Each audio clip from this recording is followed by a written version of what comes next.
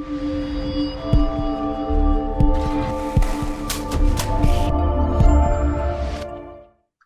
alaikum, everyone.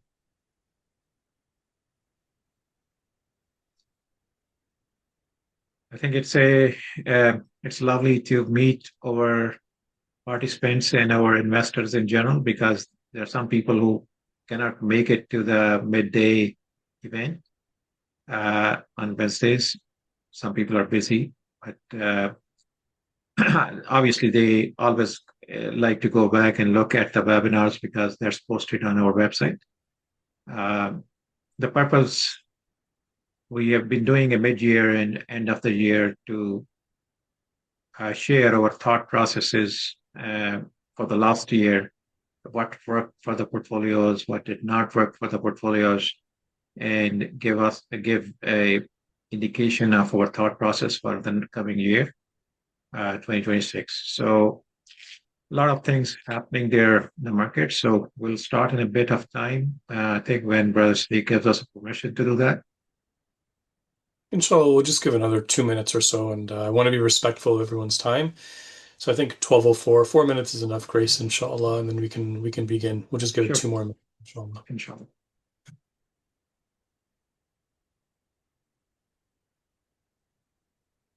I see some familiar names in the chat, mashallah. Very happy to see many of you, mashallah, join us today.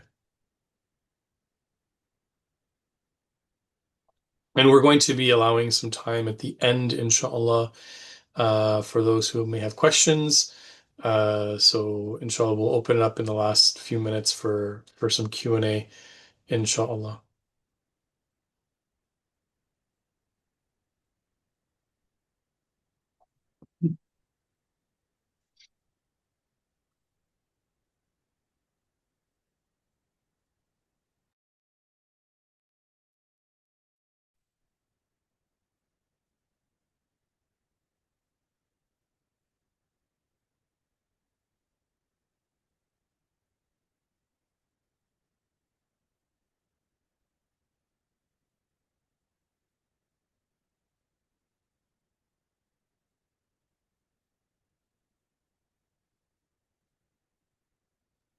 Okay, so Bismillah, I think we can begin. So Assalamu alaikum wa rahmatullahi wa barakatuh. My name is Siddiq Mohamed. I'm the team manager at ShariaPortfolio Canada, and I have the privilege of introducing today's panelist, who is our very own brother Irfan Chaudhry. He is a senior portfolio manager with ShariaPortfolio Canada. Previously, he has served as Chief Investment Officer and Chief Compliance Officer for Tahoe Capital, investment strategist for Emirates NBD Asset Management, portfolio manager for Med Family Trust, and portfolio manager for the City of Regina Pension Fund. He now acts as Chief Compliance Officer and Portfolio Manager for ShariaPortfolio Canada. He leads all regulatory compliance, portfolio-related research, risk management, fund management, portfolio strategy, asset allocation, trading, and investment banking. Brother Irfan has also spent time in academia and research while earning his MBA, his CFA, and his CAIA designations. So I'm very, very privileged to have the honor of working alongside him. And I will now mute my side and hand it over to Brother Irfan to provide us with a market update, look ahead for 2026, as well as some commentary from 2025. Jazakallah khair. Brother Irfan? Thank you, Mashrik. Just a can you open the video for me, or because I can't see it on my panel on the top. It should appear in the bottom left corner of your screen. There should be a video button there. Sure.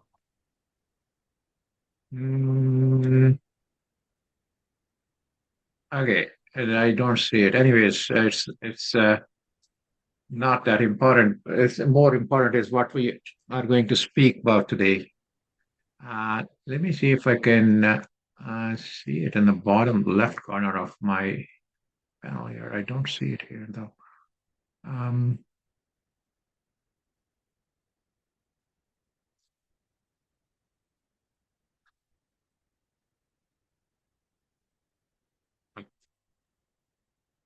I think now I can see, you can see me. I could have. Thank you, everyone, and virtually, thank you very much for this setting this thing up. And it's a privilege to speak to our distinguished investors and our participants here who are participating in this session. The purpose of this session is to give you guys a background of our thought process and how we structure the portfolio in 2025. Uh, what worked for us in the portfolios, what did not work, what was the broader um, themes which we looked at, because we always look at the portfolio from both bottom up and the top down perspective, and then give you guys a peek into our thought process for 2026 and how the portfolios are positioned for 2026. So this is broadly the agenda, not exactly we shall go by every slide, but I shall dwell for a few moments at the times where I think that there are salient themes here. To start by about the Sharia portfolio itself. We are the only licensed portfolio management firm in Canada, which is a fully Sharia compliant, and it's fully dedicated to Sharia compliant. There are other firms which are registered with OSC, but they do not offer a only the dedicated Sharia compliant investing services. We are licensed by Ontario Securities Commission as portfolio manager in Canada. We're licensed in BC, Alberta, Ontario, Quebec, and we take in the international clients here. ShariaPortfolio US was founded in 2003 and is licensed by US Securities Exchange Commission. We have a custodian as Fidelity and interactive broker, and that's our investors now that they get to open their accounts, and they get to open their accounts, and they receive their credentials to look at their accounts and their holdings, their performances during that process. So market and portfolio performance drivers and laggards, as mentioned. Starting with the broader themes here, I shall start with the broad asset classes here. If you would see that 2025 Chinese equities, it was a good year for the markets overall. Global equity markets did pretty well. It was led by emerging markets, Chinese equities, which were market leaders here, 33%, followed by European equities, 31%, and followed by emerging market equities, which was 30%. US equities did not do that bad either. US equities are up around 16.4%. I think in this matrix, 17.7%, but that does include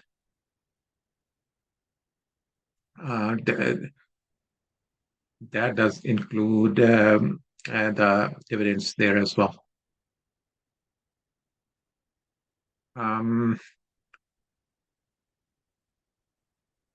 Okay. I think you guys are able to see me fine on the presentation here. Siddiq, is there any issue with that ability to see that? Yeah, we can see if you make it full screen, it might like slideshow full screen, and then it might be able to see it a little bit larger, inshallah. Okay.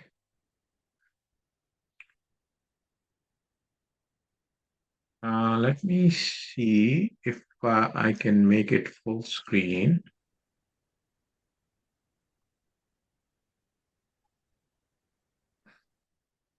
It's under slideshow, right where your mouse is there. Slideshow. Okay. And then from current slide. Where is that? From current slide? Okay. Yep, there you go. That's the one. Okay. Okay, that's fine. That's great. Lovely. Okay. So yeah, that's the slide I was talking about. And uh, emerging market debt, which we have Sakuks there in emerging market debt. Again, it was a good performance for this year, around 12.9%.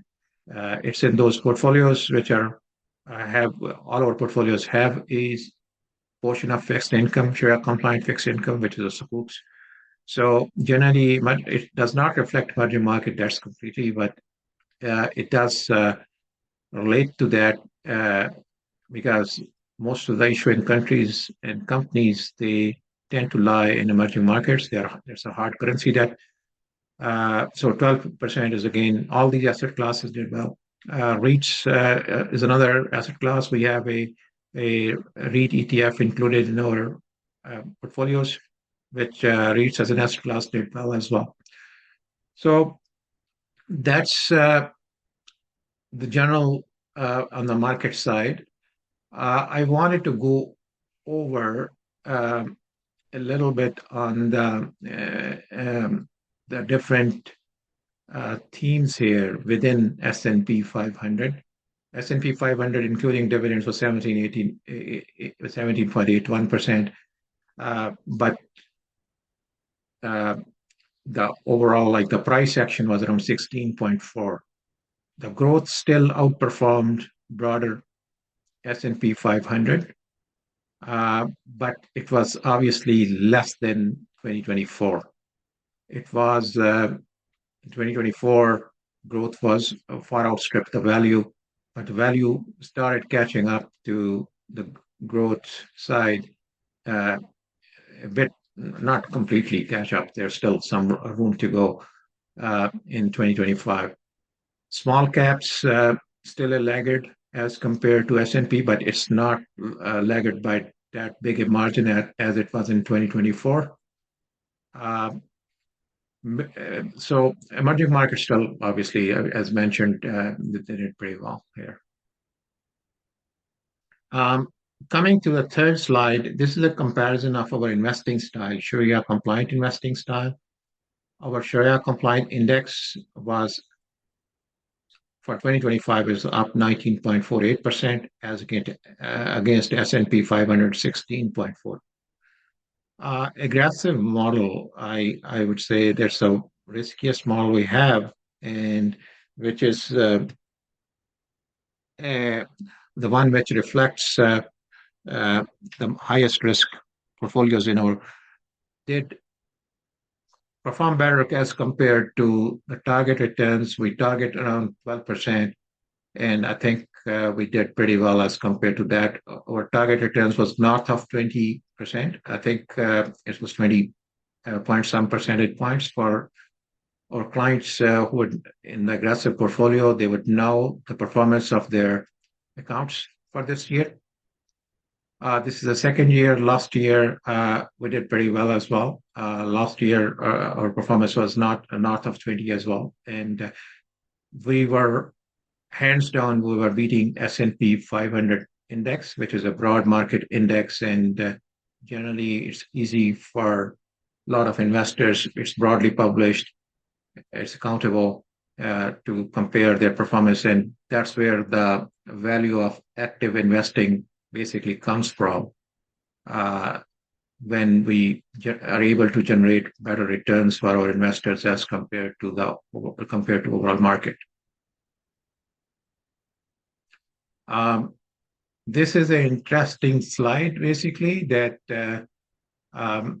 that will give you a perspective that for some of those things, market performance for the last couple of years or last 3 years was pretty good. So how did it do it? There was a multiple expansion, price to earning ratios expansion, which is based on the growth profile.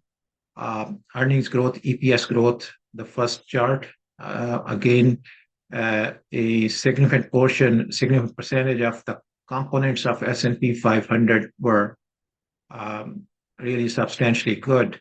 Earnings growth of almost 20%. If I would somewhere it ranges from 14.6% to around 20%. And almost, I would say, 60% of the index was doing that, companies in S&P 500 index. Still, there was a margin expansion, a price to earnings ratio expansion as well. Return on equity was pretty good for most of the companies in the index. Dividend yield was substantially good as well. So these components of performance, I think, would say that they portend a selection of the companies within S&P 500 which are high quality companies and which have performed well based on the fundamentals and not based on the speculations necessarily. There's a component of speculation there as well. I know a lot of investors, they look at the numbers, the latest trends, and then try to get in those companies. But I think majority of this performance is based on the fundamentals of the companies there. 16.4% price gains in 2025 for S&P 500. It was pretty good in 2023 and 2024 as well. This is the third year. And 2025 is the fourth year of this bull cycle. Generally speaking, I get to that slide. The fourth year of a bull cycle is generally pretty good as well in the terms of market performance. In 2025, there was volatility, especially in the start of this year, when there was a 20% drop. Briefly, S&P 500 went into a bear market. Trade policy announcements, which caused that, tariffs and uncertainty in the policy. But market rebounded pretty quickly after this dip. It was a buying opportunity.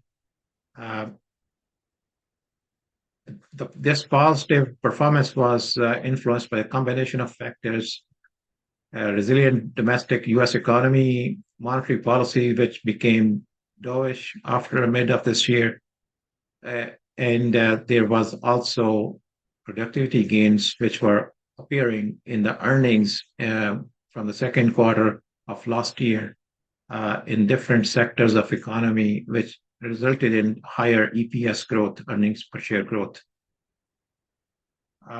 So yeah, that really sets up for I think, substantially expected to be a good year for the markets in 2026 as well. Attributions are generally that how the performance has come from. I briefly touched on that before. If you recap it from the stock perspective, the contribution to the returns, obviously still there is a substantial contribution for companies like, if you would call part of Mag 7, which include NVIDIA, Google, Microsoft, and Meta, and Apple, Amazon, Tesla. If you exclude that, still, I would say in 2025, almost 10% of the 16.4% returns, 10.3% returns has come from other stocks, which are other than the Mag 7. This ratio is substantially higher as compared to 2025.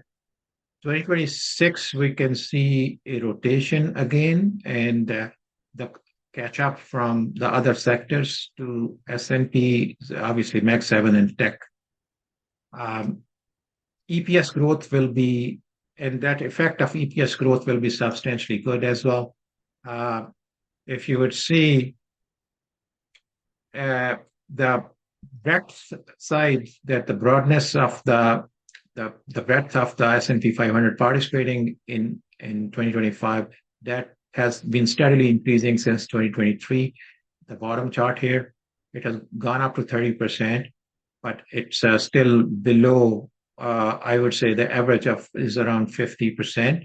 So still some way to catch up, which 2026 can be a year which is, the trend shows that will be a catch-up year for the broad market and sector rotation.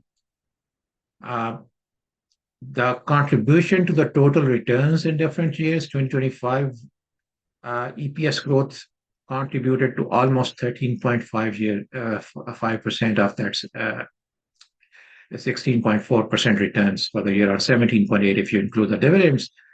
And very small portion has come from price to earning expansion, which is just a 2.5%. So dividends has remained steady pretty much at 1.5. As compared to 2024, there was a huge price to earning ratios expansion, multiple expansion, and a smaller contribution from EPS. In 2026, if the factors which may contribute to the returns, I think it's the EPS growth, which goes back to the fundamentals and active portfolio management, which can select those companies which are expected to do better in growth of the earnings rather than the price to earnings multiple expansion. I still expect a little bit of price to earnings multiple expansion in 2026, but primarily it will be earnings per share growth in 2026. Different sectors analysis, that's just for the information here, that 1 year performance for communication services and technology obviously outstripped the other sectors here. We had good positions in the technology sector. We were overweight. I know a lot of people follow those hot trends in the technology side. We also had a strong position in healthcare, which was fourth largest contributor among all the sectors, S&P 500 sectors, to the performance. Obviously, we were underweight on financials. MSCI World, which is global stocks, and we had a huge position, strong or biggest position, I think, in the portfolio was SPWO, which is 50% emerging markets and 50% developed markets ex-US. So essentially, within those, have a strong weightage of consumer cyclicals. I think, and technology is a big component as well. So I think those the contribution of SPWO or portfolio performance was substantial in 2025 as well. So considering where we stand at the end of the year, this is the end of the year. Price to earning ratios, if you would compare that to MSCI World, obviously MSCI World is a bit cheaper, but the price to earning ratio is not extreme. It's on the higher side slightly, but it's not extreme. There's still a room for it to expand a little bit, like maybe 23 or 24 it can expand into. Same is the case with MSCI World, ex-US, and MSCI EM, which is MSCI EM, MSCI Emerging Markets and MSCI World are below their long-term historical averages, and they are below on the relative basis compared to S&P 500. So that sets a stage actually, and we retain our opinion that emerging markets or ex-US will perform really good in 2026 on the margin expansion as well as on the valuation expansion, price to earning ratio expansion, as well as EPS growth level. So what we did what worked for us in 2025, the US stocks do well in 2025. There was a lot of heartache in the start of 2025. After a couple of good years, we were still, we retained our opinion that 2025 US stocks are going to do well, and they did well. We thought that S&P, I think in the presentation which we made at the start of this year, that S&P 500 may end up around 7,000 level. That was based on the fundamentals, price to earning ratios, and EPS growth consensus, and our own estimates on that consensus. So we were slightly short of that. We ended the year around 69 something, and I would rate it as kind of like almost there at 7,000. We expected the macro level inflation to subside in 2025, which it did. Global fiscal easing, we expected that. That started happening in the second half of 2025. AI and automation in 25, we expected them to remain strong themes, and which they did. And global and EM markets, we thought that they're going to outperform, and our portfolio positioning reflected that. In the start of 2025, we were overweight in SPWO and some of the global stocks, and we did well in that. IT, communication, and healthcare were sectors of choice here. Portfolio contributors were some of these names you will be able to see among your portfolios. MongoDB, I think we purchased it in the first quarter of 2025. It did a return almost 130 and 40%.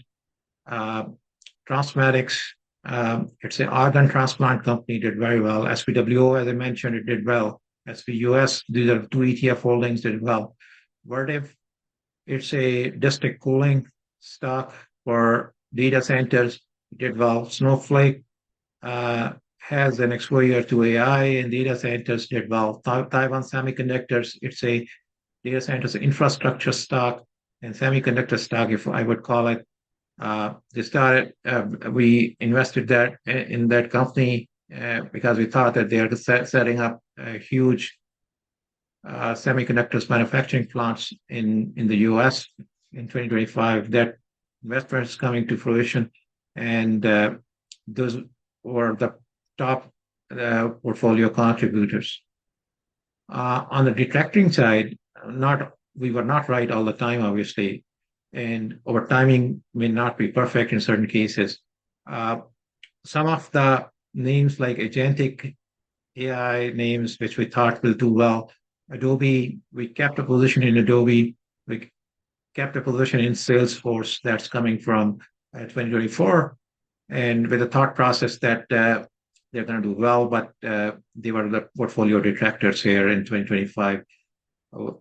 Of these names, we probably going to have we are still having a hard look on those names, whether in 2026 so far they've not done that great, but they rank as the high conviction buys among a lot of the institutional investors right now, like Morgan Stanley's and Goldman Sachs of the world. Novo Nordisk has done well this year in 2026. It's leader in the weight loss segment, and I think we are more comfortable with that stock. Calmain in the US, generally, it's more cyclical name, and that's one of the detractors as well in 2025. After Trump announced the import of eggs from outside the country to relieve the egg crisis inside the US, that's function of the bird flus which happens in the springs. I think that there is the way the market is structured, the chicken market is structured in the US, they would have a chance of re-emergence of the bird flus, and the chick population go down, and the eggs probably can result in a resurgence of some issues in the eggs market. So, but we'll be watching that closely. Bitcoin is an alternative store of value theme besides gold, obviously. We had a gold position in portfolios in 2025, but we sold in the mid of the year. We were seeing it getting kind of like too heavy, too pricey, but global central banks defeated that, and they kept buying gold. And gold and Bitcoin have moved inversely in 2025. So essentially, we will be having some of the look on Bitcoin as well in 2026 as there's a process which is ongoing. Monetary policy now going to 2026. I think these are some of the charts. Federal Reserve, ECB, Bank of Japan, those are the countries which matter. I think Bank of Canada is less likely to change the rates, as today they announced retaining the rates. unless the Fed is excessively dovish. The market is expecting to cut rate one time in 2026.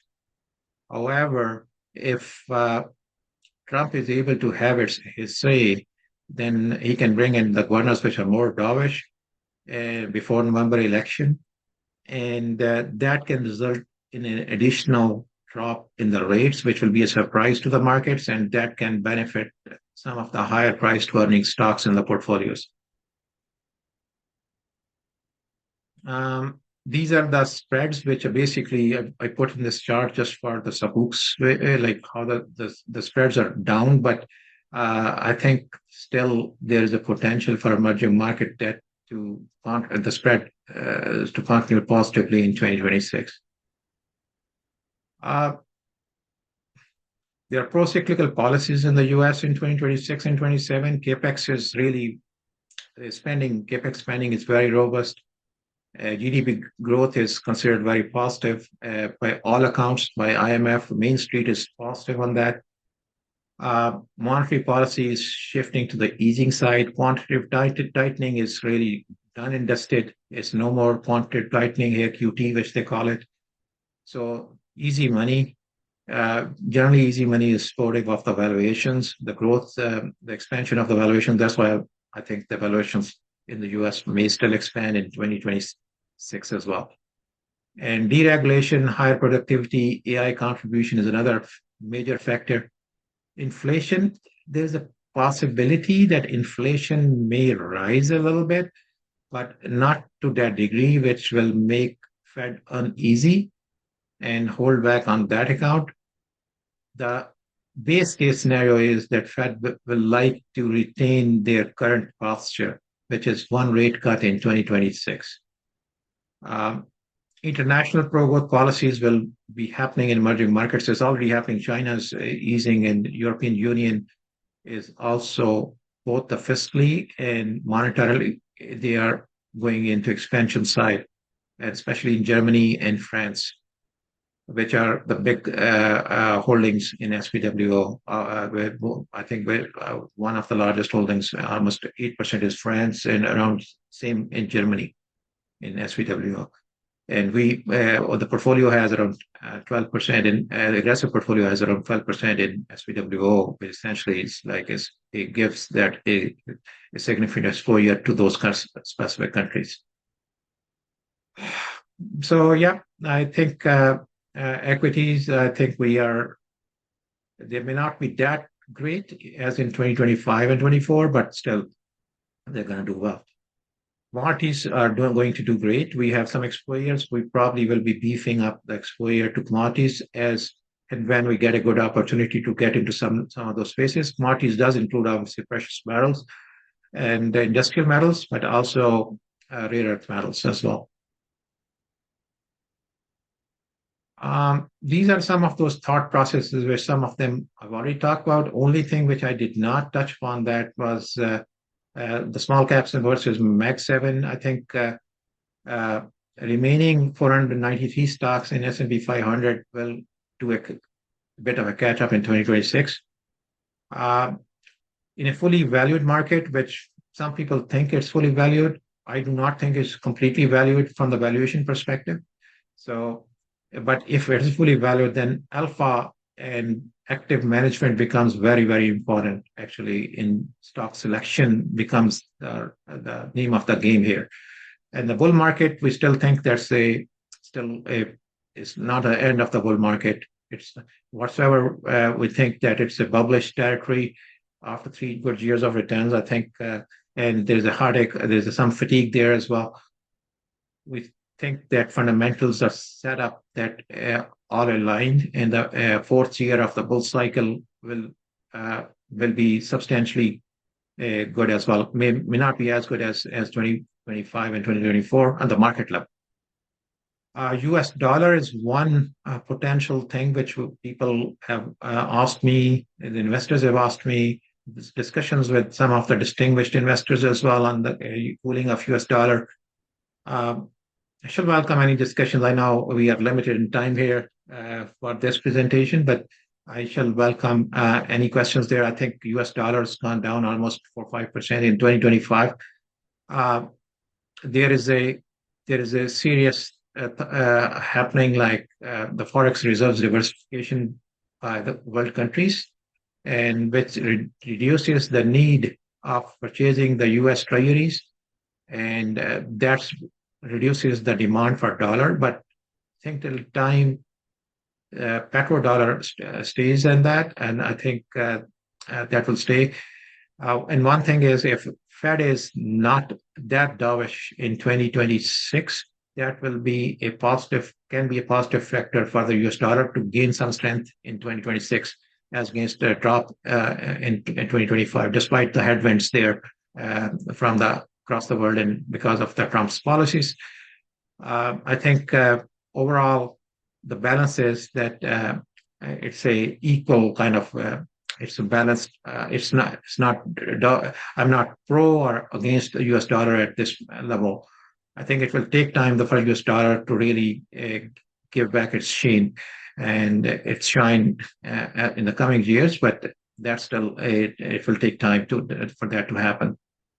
There's some reverse carry trade is still a it has gone into a little bit background, but Japanese reverse carry trade is still one of the portfolio risks we face in 2026 as well.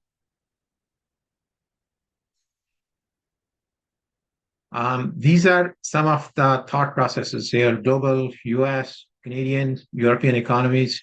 As you would see that your US economy still is consensus is will be growing at 2.1%.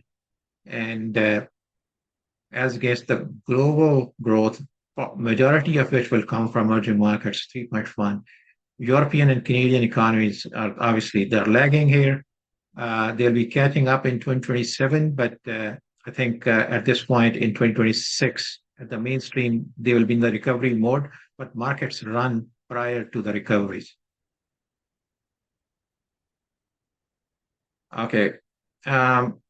These are some of those same themes which I've spoken about that before. 2026 growth acceleration, Fed policy holding, 26 view, fiscal policy is tailwind. This is restructuring as well as corporate tax breaks as well.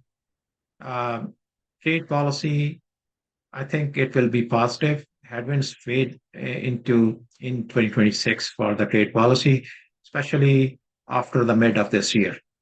Deregulation, this is a great policy focus, and this will be helping the corporates in the US. These are the across the board easy money, tax reform, deregulation in the US, Europe, German fiscal stimulus, corporate reform in Asia, which will be positive and bring up the valuations of emerging markets from 13 point something to potentially 15 or 16, which is almost 30% growth in emerging markets in 2026, just from the price to earning ratio side.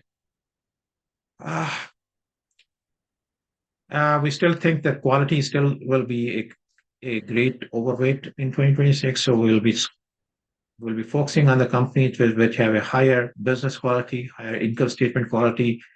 A large cap still is going to be overweight in 2026. Small caps at some point because they have lagged the large caps quite a bit, but I think AI productivity, factor of productivity growth is more relevant to large caps at this point in time, but the small caps are going to catch up in 2027. Cyclicals, I think, will do well in 2026.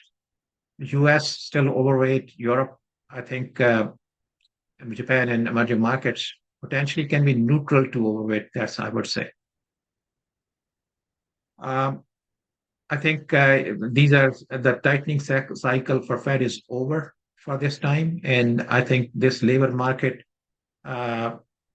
there's seemingly some unwind in the labor market, and jobless rate has grown higher. Unless jobless rates grow higher, then there's a Fed put there that Fed can always cut the rates and they're targeting job numbers. So I'm not much worried about the jobless rates in the US. So essentially, I think This is if a cycle was interrupted in 2020, mid of 2024, 25, but it's again resuming. I'm talking about the job cycle, and it's a supportive of the markets in 2026. AI productivity lift, we have started seeing that happening and transpiring in the margins. The companies are focusing, increasingly the companies are focusing on AI adoption. In leaders are healthcare, obviously, we are overweight on healthcare. Leaders are in the hospitality side. Communication services is another one. Industrial automation side is another one. I think these are the leaders, market leaders here in the AI adoption here. And we have in the back of our mind when we are reviewing the portfolio positioning and positioning the portfolio for next year. This is the same thing that risk is labor markets is one of those risks there. And second is obviously the inflation is still a potential, as I mentioned briefly prior to in the prior slides, that there is a possibility that inflation may perk up a little bit from 2.6 or 2.7% right now in the US to almost 3% by the end of 2026. However, that's again, if a Fed put, you can really afford to be more conservative here and not to cut rates, more hawkish. So job markets, I don't think that's gonna be a major risk in 2026 as such. Tariffs contribution to the inflation is not that high. It's the pass-through rate is not 100%. Any increase in the prices. So the U.S. inflation perk up would come from not from that much from a part of that may come from the tariffs which started. And if you would see that there's a tariff liberation day, tariffs were expected much higher, but then actual effective tariff rates is just 11.5% now on the average imports into the U.S. and its contribution obviously to the price gains and inflation itself.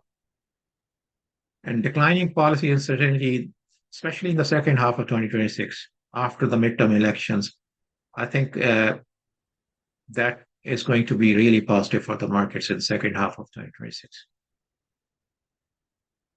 This is a perspective on the global markets because that's one of the portfolio positions there in Japan and Germany through SPWO.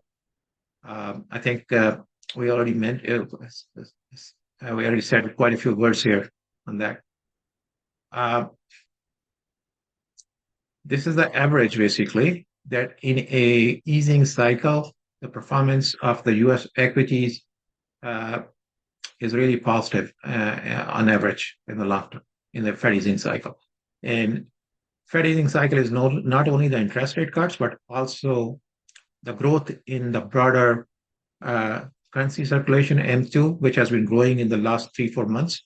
And the quantitative tightening, QT, has come to an end as well. But quantitative tightening is when Fed was trying to drain the money, which was floating in the market. They were trying to do it most of 2025, but in the last quarter of 2025, they stopped doing it.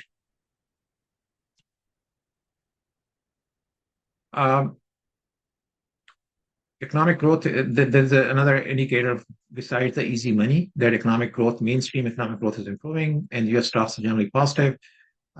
We generally look at ISM indexes, PMI indexes, which is the purchasing manager indexes, the new orders, and other dimensions of PMI indexes, which right now is pretending to be pretty good. The sectors, growth sectors, I think still are going to be great in 2026, but again, there will be a catch up, as mentioned, sector rotations within S&P 500 to the cyclicals. I think I've mentioned some of those things in the US equity side. Then the final stage of the bull market is to extend through 2026, which the year 4 on average of is around 13.7%. And maximum drawdown, that's a risk on average, I would say. In the fourth year of a bull market, the drawdown is around 8% on average. Obviously, market can do more than that or less than that, but this is an average 4 years bull markets for fourth year performance and fourth year drawdown. Okay.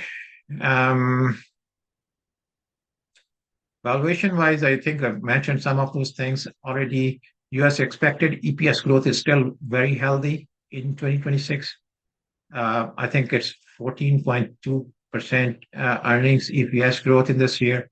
And if you add a slight expansion of price earning multiples, that can result into somewhere around 10 to 15% growth in the price growth in S&P 500 in the index level. These are the numbers, same numbers, and it pretty much can result in the market to be, the index to be at 7,700, 7,800 end of this year, 2026. These are the 2026 market strategist survey. And you would notice that it ranges from 7,700 to all the way to 8,100 for the index. That's roughly 10 to 14, 15% of the growth in S&P 500. AI, I think I mentioned that earlier. Factor-wise, I've spoken about that before. These are some of the thought processes for 2026. And I think we have the portfolio is positioned very well, except for a few names which we are reviewing in our investment committee setup on a weekly basis. There may be some few changes to tweak the portfolios as we go along and as any new opportunities emerge, and especially in the material side.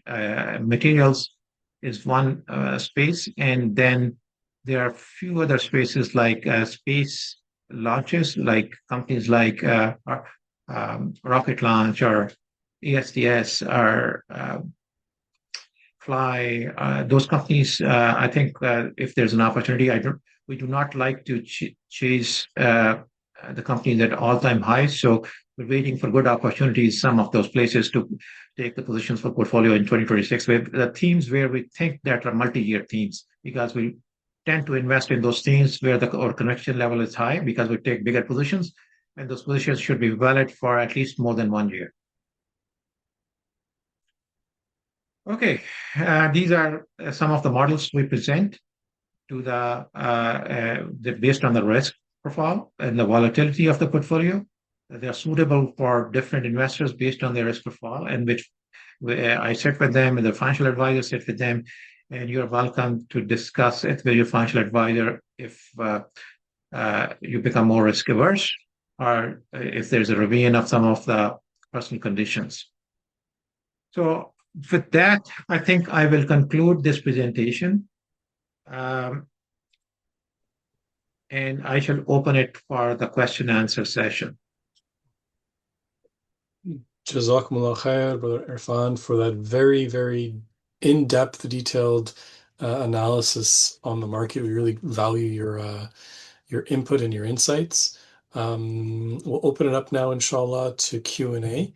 If anyone would like, just type in your question into the chat, and we'd be happy to address any questions anyone may have, inshallah.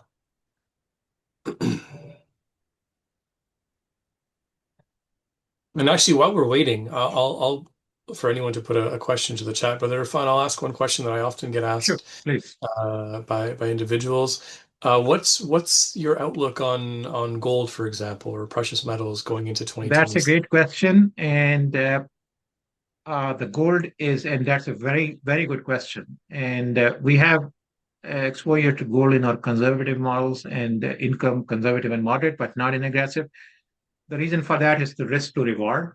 That on the positive side, the global center, because it's a dollar debasement trade, basically. The central banks, world central banks are uneasy about keeping US dollar and US dollar treasuries in their forex reserves.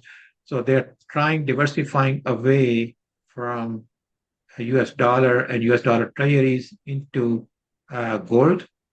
Uh, People's Bank of China picked up around 1,000 tons of gold in 2025. That was a single biggest cause of the gold price spike in 2025. We have seen it, and then it was followed up by retail, because retail is always looking at the hottest trends, and they try to ride the wave. So I think right now the price of gold is at that level, I shall say, and if it's not supported by world central banks purchasing gold in 2026, then in some period of time the price of gold should give back some of these gains which it has made. So I shall be careful in getting into gold and silver both at the current prices. Great, thank you for that. Does anyone else have any other questions? Oh, we have one question coming in. Which sector of equities look poised for outsized Sharia-focused returns in 2026? I think,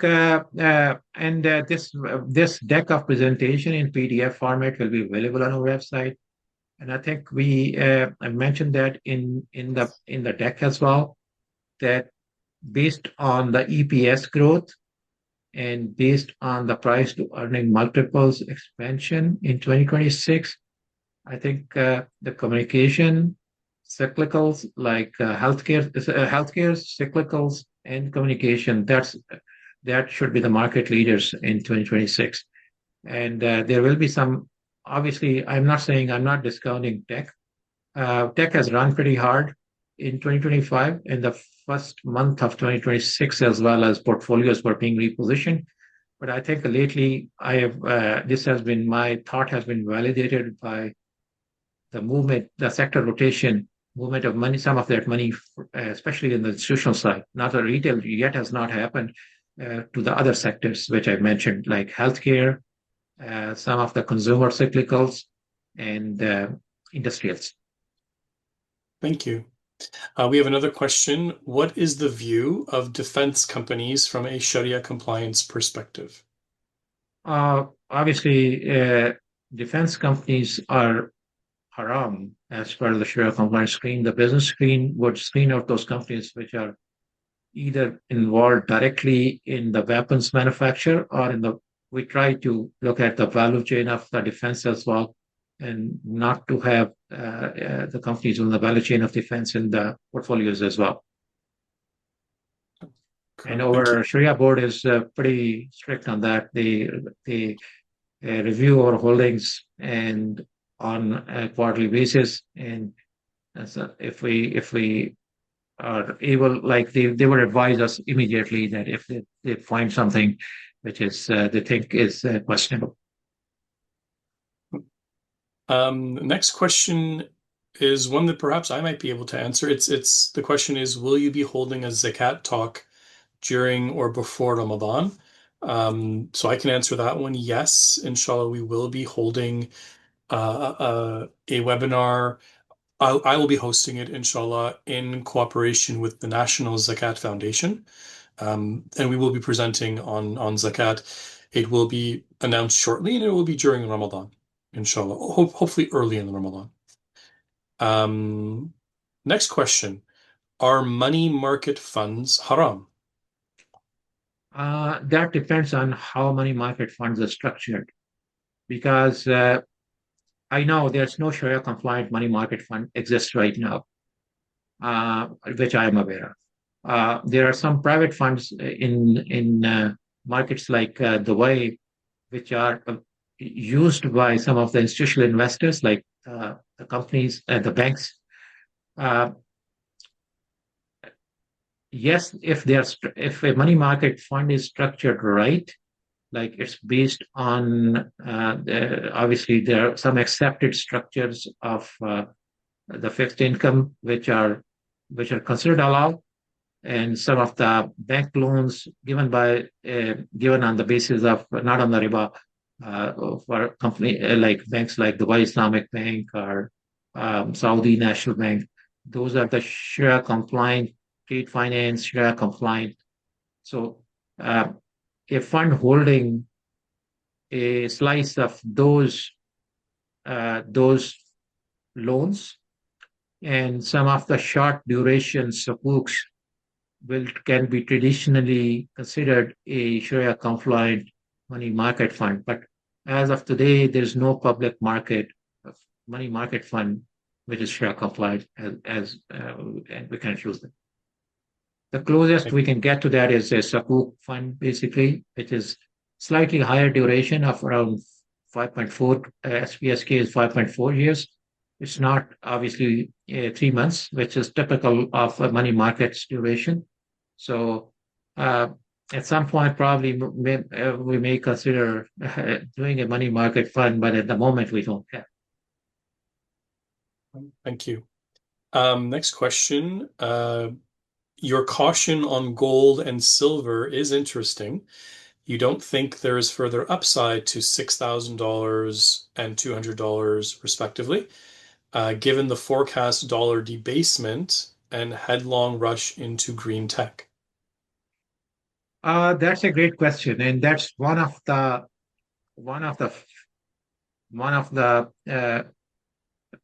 things when I say that we love to take a position in materials. Materials does include precious metals itself, and primary reason is over the longer term. I think based on the dollar debasement, which is not happening over a shorter period of time, but in next 5 to 10 years, I would say we have to be very vigilant on the dollar debasement questions. On the other side of the picture, the gold has done 80% gains in 1 year. This is partly fueled by fundamentals of the market, where there's a gold deficit in the market as world central banks were picking up the gold. I watched that pretty closely. World Gold Council publishes some data which is slightly dated. Also look at some of the other data points as well, that how much gold is being picked up by the world central banks. What I am concerned about the gold is in this 80% run in the gold and around 100 plus percentage points run on the silver is partly fueled by the speculative retail, which are very fickle. And gold is a anti-dollar trade. And in the case, the Fed Reserve is less dovish as compared to a lot of these retail people feel, that would strengthen the US dollar. And gold being an anti-US dollar, that's a very short term I'm talking about. And gold being an anti-dollar trade, and if it's not supported by central banks' purchases, which had been slowing down in the last month or so, that may result into a retail frenzy to get out of these trades for a short term, a quick buck by the retail investors. And that can result in a price correction, a short term price correction. But does that say will give us an opportunity to build the positions? Yes, it may, because generally the technical corrections are, say, I was speaking with one of the investors yesterday, is technical levels generally, depending on how much momentum into this is there in the selling, are, I think, potentially can be 36% or 50% of the gains they already have. So that's the thought process. Short-term risk to reward, I think risk is higher for the portfolios, and we do not want to expose, because especially because of the involvement of the retail and speculation in the gold price, which can be very fickle investors. If they sense that the fundamentals are not supportive of that trade, they try to get out of those trades quickly, and that can result in a adverse price reaction. And I don't want our portfolios to be exposed to that kind of a risk in the short term. We'll take one last question, inshallah. From your own view, what is helping Sharia equity portfolios to outperform conventional ones now? That's a great question. This is multiple years inshallah, we have done very well. It's a barakah which Allah puts on our investing style. That's a Sharia investing style.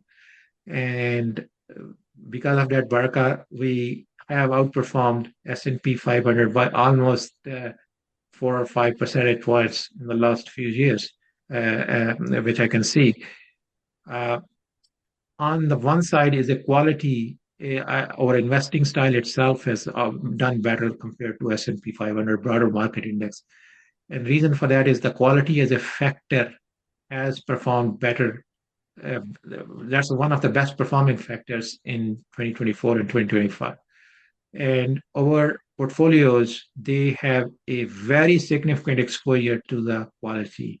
And we do not, or that comes into the calculations when we are making the portfolio positionings. We look at the betas, but we also look at the factors as well, that income statement quality, debt to equity ratio, not only passing the screens, but also the lower exposures to some of those quantitative indicators, which really imbues the portfolio with a higher quality as compared to broader S&P 500 index. That's on one side. Second is the sectoral allocation. As I mentioned in the deck, our sector allocation was better as compared to the sectors where we are overweight, like healthcare, technology, communication.